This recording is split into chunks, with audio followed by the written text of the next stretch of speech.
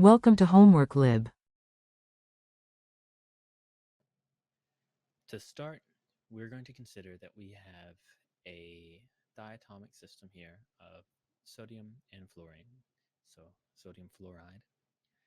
And the problem is asking us to consider the situation when this molecule makes a transition from the L equals 3 rotational band down into the L equals 2 rotational band. So whenever this happens, a photon is emitted, and we're told that this photon has a wavelength of 3.83 millimeters. And eventually, we are wanting to find the equilibrium separation between the two nuclei. And then we're asked to compare it to sodium chloride. So to get to the equilibrium separation, which here we can call uh, D, I guess, we are going to have to think about the formulas for the energy of this photon and associated with the transition, and see how we can understand a distance from that. So I'm going to write down the formula for rotational transition, or sorry, the energy just for a given L value. And that's L times L plus 1 times h bar squared over 2I.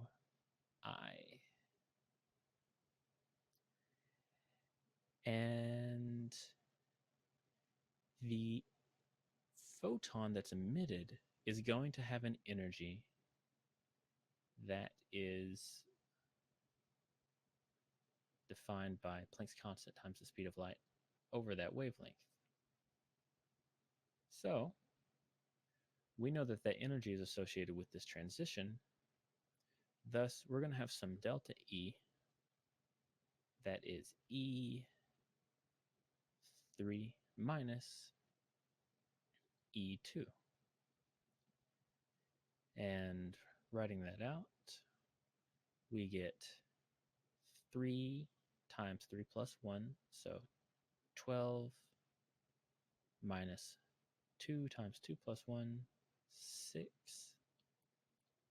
times h bar square over 2I. And that is equal to 3 h bar square over I. Okay, and if you remember, I, in this case, is the moment of inertia of this system. And if you think back to earlier in the textbook and even earlier in this chapter, the moment of inertia for a simple system like this, which is just two rotating balls, essentially, you have a very simple formula for it. And that's I is equal to the reduced mass times the separation squared. Well, turns out this is what we're looking for. So we can already see the relationship working its way in here. And just to refresh our memory, up here I'll write what the reduced mass is. It's simply your mass 1 times your mass 2, all divided by the sum of the two masses.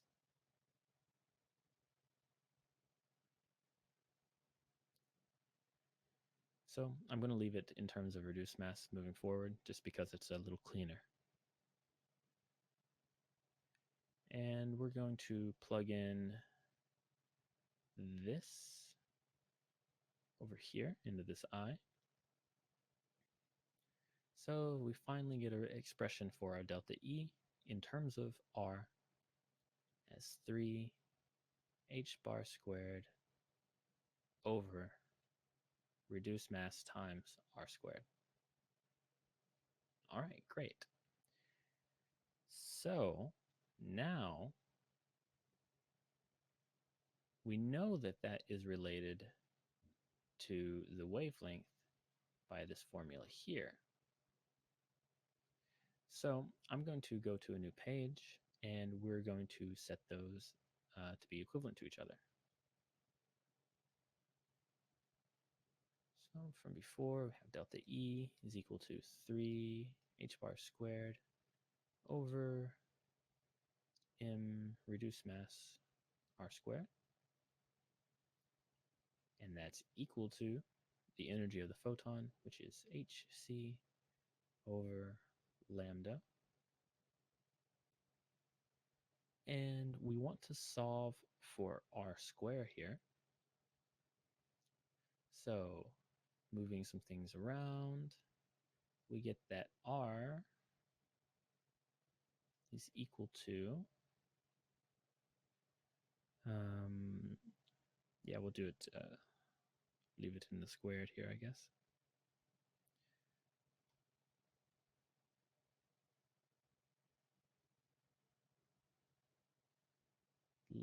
Three lambda h bar squared all over hc reduced mass.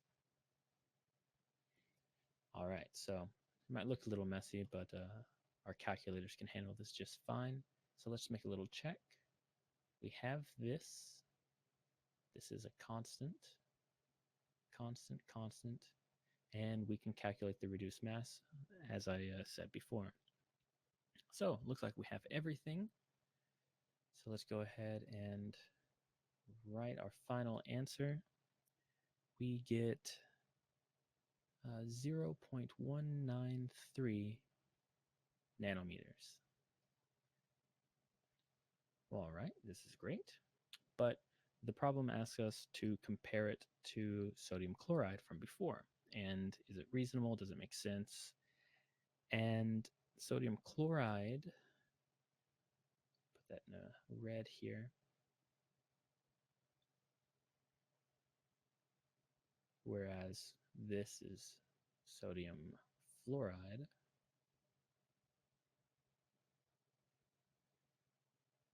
Has a separation of 0.24 nanometers.